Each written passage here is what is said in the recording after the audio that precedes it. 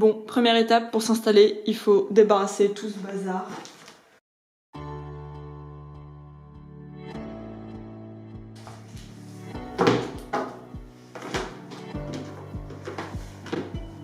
Deuxième étape, finir son café, qui est un peu froid.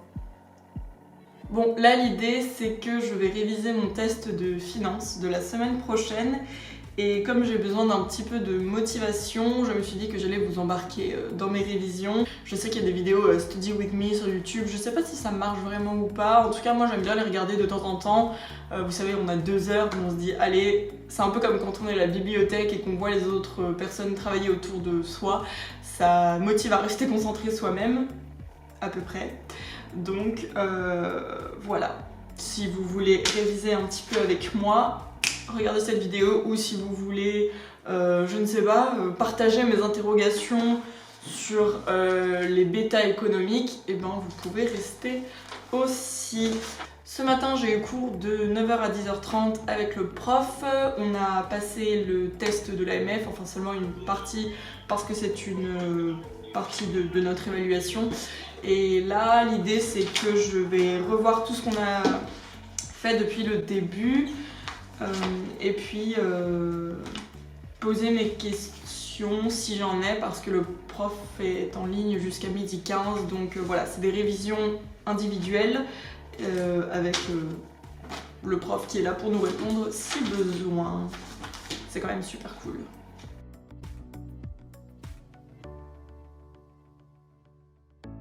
Je comprends pas d'où viennent, par exemple, la valeur en... Ouais, c'est ça.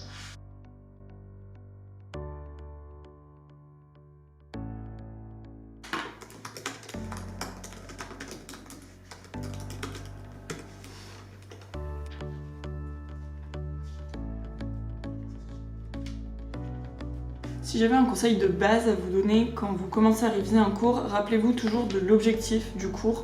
En général, pardon, j'ai les notifications. En général, l'objectif est donné soit dans le syllabus de votre cours, si vous en avez un, soit... je vais couper le son.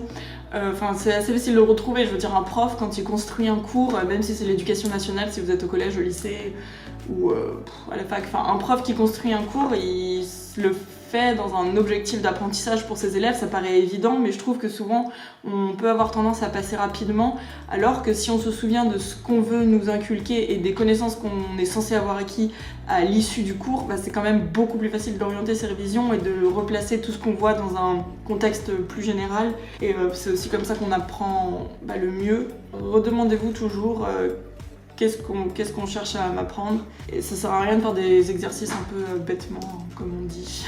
On dirait trop des conseils de prof, mais je vous jure que ça marche. Donc là, pour donner un exemple concret, l'objectif de cette spécialisation était d'approfondir la compréhension des mécanismes de choix d'investissement et de financement dans un contexte d'incertitude, comme celui que nous sommes en train de vivre avec ces annonces de déconfinement. Donc c'est un cours qui est en 5 parties, pareil, le fait de regarder le plan du cours ça paraît évident, mais ça aide à savoir dans quelle direction on va, combien de temps on va devoir accorder à telle ou telle partie, s'il y a des choses qu'on a déjà vues et d'autres qui sont complètement nouvelles, ça donne un peu une ligne directrice. Et donc là, je vais commencer avec la première partie qui est la logique des choix financiers et l'analyse du risque de l'entreprise. Donc ça, c'est plutôt des rappels de ce qu'on avait déjà vu en tronc commun, ça devrait aller assez rapidement, normalement. Ceci dit, autre conseil, ne sous-estimez jamais le temps dont vous aurez besoin pour faire quelque chose, que ce soit un exo, une lecture de cours, parce que je pense que c'est une tendance qu'on a tous. Je sais pas pourquoi on pense qu'on ira plus vite, on prévoit souvent trop peu de temps.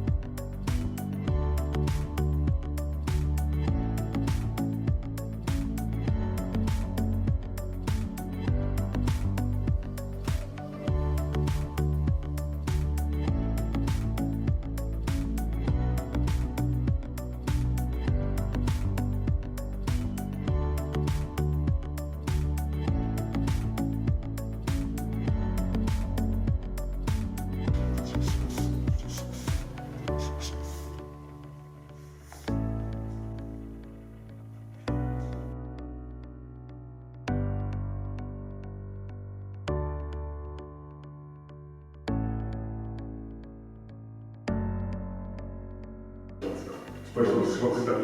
J'ai vu le comment j'ai. Le conseiller, je crois, 50 minutes en a eu. C'est dur de se concentrer. Je cherche une solution, pas une excuse. La solution, ce serait les boules caisses, mais elles sont tout au fond du tiroir de mon bureau à Grenoble, de l'autre côté du No Man's Land. Donc on va faire ça. Là, je suis en train de revoir les principaux indicateurs du diagnostic financier, c'est-à-dire l'équilibre financier, liquidité et structure financière, la rentabilité économique et financière, les perspectives de croissance et le risque d'exploitation et économique. Donc là, j'en suis à la formule qui démontre que le risque global d'une entreprise est égal au produit du risque financier et du risque économique. Donc il faut comprendre pourquoi. Et c'est ma tâche du moment. Pas trop mouillé?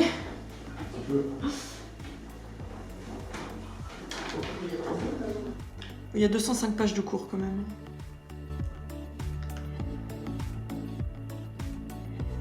Donc là, j'arrive à la deuxième partie qui concerne l'évaluation de la rentabilité et du risque d'investissement. Donc dans cette partie, on voit les critères pour procéder à des décisions d'investissement. Est-ce qu'il faut investir dans tel projet plutôt que dans tel autre? On a appris à utiliser les arbres de décision avec les probabilités d'événements futurs, donc demande forte, demande faible, probabilité de croissance forte, extension, non-extension de l'entreprise au bout de la 3e année, ce genre de choses.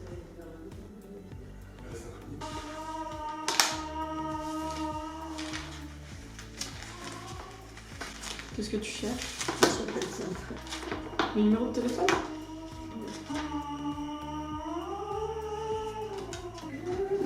Chut, j'ai encore 5 minutes de cours! Alors ça, c'est assez intéressant, je trouve, pour la culture générale. C'est que depuis janvier 2019, il y a une norme IFRS qui a un petit peu changé des choses dans le bilan comptable des entreprises. C'est qu'avant cette date, les charges liées à la location apparaissaient dans les charges d'exploitation comme des charges fixes et donc forcément diminuaient l'excédent d'exploitation. Et depuis janvier 2019, elles sont traitées comme une dette, ce qui fait que ça gonfle le BE. Et donc en fait, il faut faire attention quand on compare des bilans ou des soldes de gestion intermédiaire avant janvier 2019 et après janvier 2019, on peut penser que c'est la situation qui s'est dégradée alors qu'en fait non, c'est lié à une modification de normes comptables et c'est assez intéressant je trouve avec cet exemple de voir à quel point les normes en fait comptables, qu'elles soient françaises ou internationales, peuvent, si on ne les connaît pas, nous donner peut-être des fausses idées sur la situation d'une entreprise. Et comme vous avez peut-être entendu, ça va être l'heure de passer à table, c'est la tempesta dehors. Donc je pense que je vais aller manger et puis je repasserai l'après-midi à faire de la finance, même si j'ai encore plein d'autres choses à faire d'ici demain.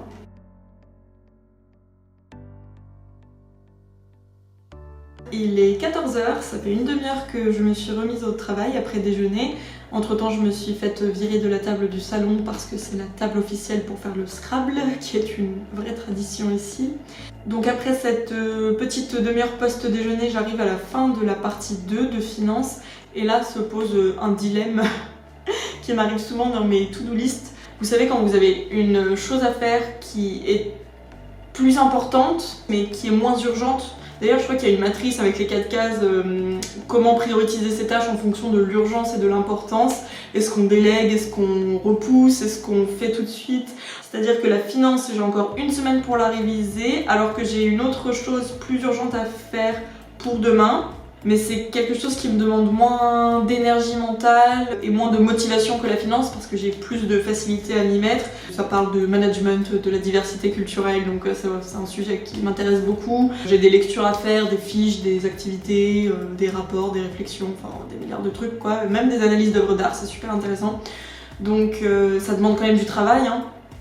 Mais j'y arrive mieux que la finance. Donc je me dis ce serait dommage là maintenant que je suis lancée dans la finance avec un petit peu de motivation d'arrêter ça parce que je ne sais pas si ça reviendra, mais d'un autre côté je me dis la finance il y a encore une semaine. Dites-moi comment vous faites, j'ai l'impression qu'on fonctionne tous de manière très différente et il y a aussi cette espèce de sentiment de culpabilité quand on n'arrive pas à se forcer à faire quelque chose. Moi si j'ai un conseil pour ça, si vous n'arrivez pas à vous forcer à travailler la matière la plus importante pour vous, bah, c'est pas grave, faites autre chose, au moins vous aurez fait quelque chose et c'est mieux que rien, c'est mieux que la finance ou Netflix, vous voyez, il vaut mieux faire une matière. Moi je sais ce que je faisais au lycée, j'étais en filière S, je détestais la physique-chimie, c'était ma matière de l'horreur et quand j'arrivais pas vraiment, j'en pouvais plus, la physique me sortait par les trous de nez, bah, pardon pour l'expression, je faisais de l'anglais, de l'histoire qui étaient des matières à beaucoup plus faible coefficient pour le bac, à l'époque où on passait le bac, nous. Et du coup, des fois, je culpabilisais un peu, je me disais, ouais, mais l'anglais, là, j'ai passé 2 heures dessus, alors que c'est quand même moins important, mais c'est pas grave, franchement, c'est mieux que rien. Et honnêtement, je pense que c'est ces matières-là qui m'ont aussi aidé à avoir la mention, donc c'était mon petit conseil pour vous. Et puis, il va aussi falloir que j'aille faire les courses cet après-midi, mais il pleut toujours.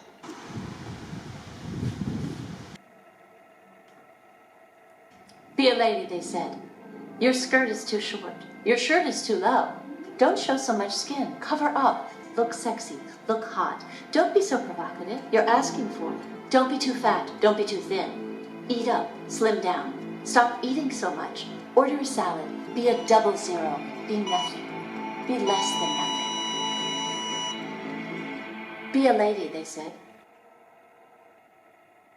Ça, c'est les aléas de la connexion à la campagne, mes amis. Oh là là, c'est pas possible. Comment voulez-vous travailler dans ces conditions? Yeah, man. Took me a while to learn what that meant.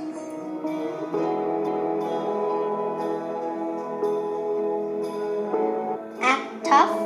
I don't know what you mean by that. Insulting? Misleading. Bullshit. To stand up for what you believe in. Je me fais virer de partout. Je vais retourner au ciel. Bon, ben retour à la table de ce matin du coup, mais avec une autre matière. Je déteste les claviers des nouveaux Mac. J'ai remplacé mon ordinateur l'année dernière, ça va faire un peu plus d'1 an que je l'ai, et je me suis toujours pas habituée à ces claviers, ils ont des touches plates qui font du bruit, je n'aime pas du tout ça. C'est pas une raison pour le frapper, pardon mon petit. J'ai froid, je me prends une. C'est pas parce que t'as froid que t'es malade.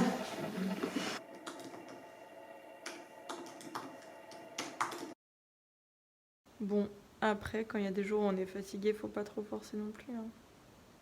Je cherche une solution, pas une excuse. Je fais ma pause sieste.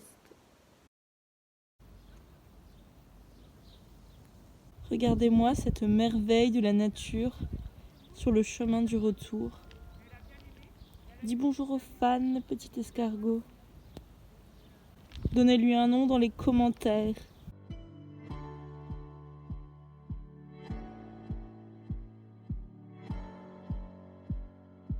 Il est 19h03 pour être très précise. J'ai recommencé à travailler depuis 1 heure. Entre temps, depuis la dernière fois que je vous ai parlé, j'ai eu le temps de sortir un quart d'heure. J'en ai profité, j'ai profité d'un intermède où il ne pleuvait pas. J'ai lu le début du roman Indiana de George Sand. Franchement, ça a l'air bien.